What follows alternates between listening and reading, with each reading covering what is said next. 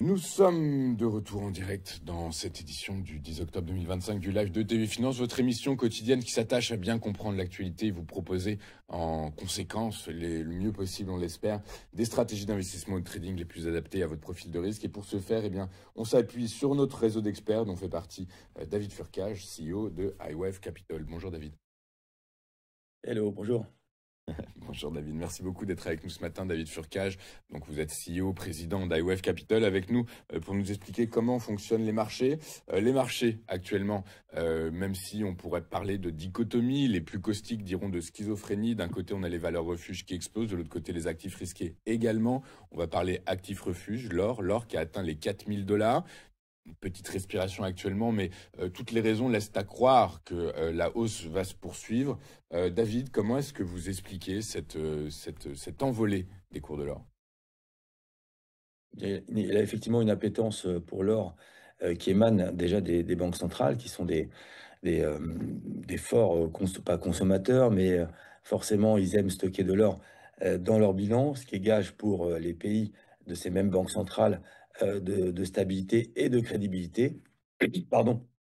Et ce qu'on en observe depuis maintenant le, le début des années 2020, c'est une progression de la part de l'or dans le bilan des banques centrales au détriment de ce qui s'appelle les Treasury Bonds, c'est-à-dire la dette d'État américaine libellée en dollars. Vous voyez sur la courbe que vous avez sous les yeux que en fait la partie or ou orifère est inversement proportionnelle à ce que détiennent les banques centrales en matière de bons du trésor. Et depuis les années 80, effectivement, on avait vu une progression des treasury bonds dans le bilan des banques centrales, toujours au détriment de l'or. Et depuis, donc, comme je le souligne depuis maintenant quelques années, depuis 5 6 ans, l'or revient en tête dans le bilan des banques centrales en part de réserve internationale.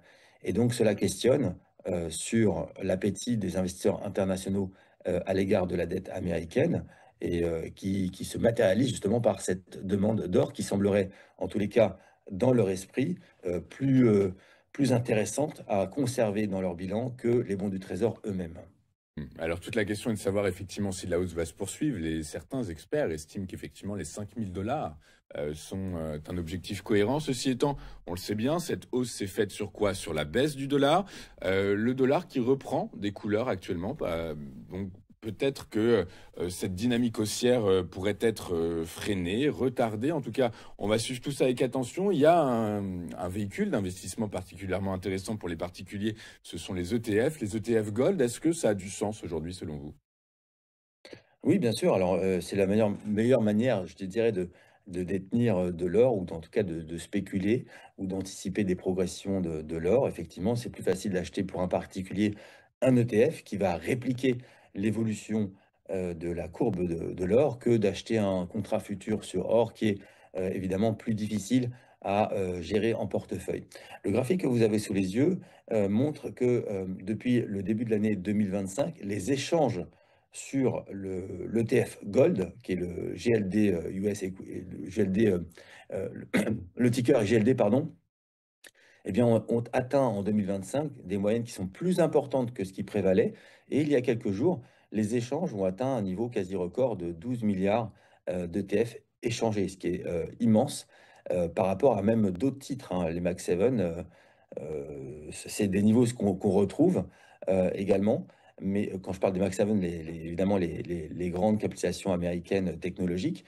Et ce qui concerne cet ETF Gold, eh bien, lui-même a atteint un des niveaux extrêmes en matière d'échange et de volume il y a donc quelques jours, après avoir atteint des moyennes qui sont plus importantes qu'à l'habitude. Donc ça veut dire qu'il y a un hype qui est tout à fait remarquable sur l'or, d'une part, enfin qui est soutenu évidemment par la demande des banques centrales, donc ça fait monter le prix de l'or, et évidemment cela suscite un intérêt généralisé qui se matérialise dans l'ETF Gold, celui que vous avez sous les yeux, qui est évidemment le plus suivi à l'échelle internationale. Et donc cela questionne sur maintenant sur quid de l'avenir du prix de l'or, puisque maintenant on va dire que le mouvement s'est largement démocratisé, hein. On rappelle qu'en analyse technique, il faut s'intéresser à un actif à des mouvements, à des moments très très précoces. Et puis après, il y a un mouvement de démocratisation de l'évolution du prix du titre. Et puis quand évidemment, quand monsieur et madame tout le monde indiquent qu'il faut acheter de l'or, c'est qu'il est déjà un peu tard.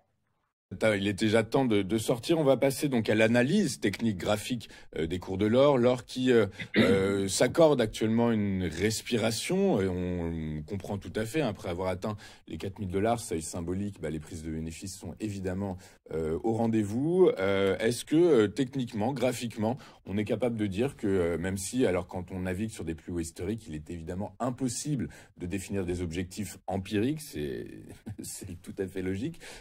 Donc, on va raisonner par extension. Est-ce que vous raisonnez également par extension, David? Et auquel cas, est-ce que vous pouvez nous donner des objectifs à la hausse qui pourraient être intéressants à avoir en tête? Alors, d'un point de vue purement graphique et technique, l'or avait évolué à un moment donné dans une figure de consolidation qui est un triangle. Sur les segments, les petits segments en bleu clair, on avait effectivement, lors de la sortie du triangle, il y a peu, déterminé un objectif du triangle, un premier objectif qui se situait à 3743, 3744. Cet objectif a été atteint, l'or a un petit peu calé, si je dirais, sur cet objectif, mais pas très longtemps, avant de se diriger vers un second objectif qu'on retrouve dans les triangles, qui est l'objectif du mât, c'est-à-dire la hauteur de la première impulsion que l'on reporte à la sortie du graphique. Et on retrouve un objectif du mât qui se situe à environ 4141 dollars l'once d'or. Bon, le premier objectif a été atteint, le second, on n'en est pas loin. Maintenant, évidemment, compte tenu du hype et de l'attrait à l'égard de l'or, bon, ça ne reste que des objectifs théoriques, mais bon, on peut quand même s'en soucier et observer où on en est à l'égard de ces objectifs. Ce que je voulais dire maintenant, c'est que dans le premier graphique, on voit effectivement qu'il y a une appétence pour l'or qui est réellement fondamentale et avérée, qui est issue des banques centrales. Dans le second graphique, on observe que l'ETF Gold est très demandé, et donc il y a une généralisation de l'attrait, du sentiment porteur à l'égard de cela. Dans le troisième graphique, qui est le graphique que l'on a sous les yeux, eh bien, on observe que les objectifs ont été essentiellement atteints. Et donc, on peut se questionner sur la poursuite de ce mouvement. Alors, je ne dis pas du tout que ça va s'arrêter, je dis qu'on maintenant est venu le temps en tout cas, d'être réactif, d'être plus attentif sur d'éventuels mouvements correctifs. Je ne dis pas que ça va arriver, je dis qu'il faut être plus attentif parce que le mouvement s'est largement démocratisé. Et lorsqu'un mouvement se démocratise, eh bien, les grands argentiers, les grands investisseurs, eux, ont déjà pas mal de profits sous le coude, alors que la ménagère et, le, et si je peux dire, je veux pas être sexiste, donc la ménagère ou le taxi ou peu importe, eh bien, arrive en queue de peloton et arrive tardivement sur le mouvement.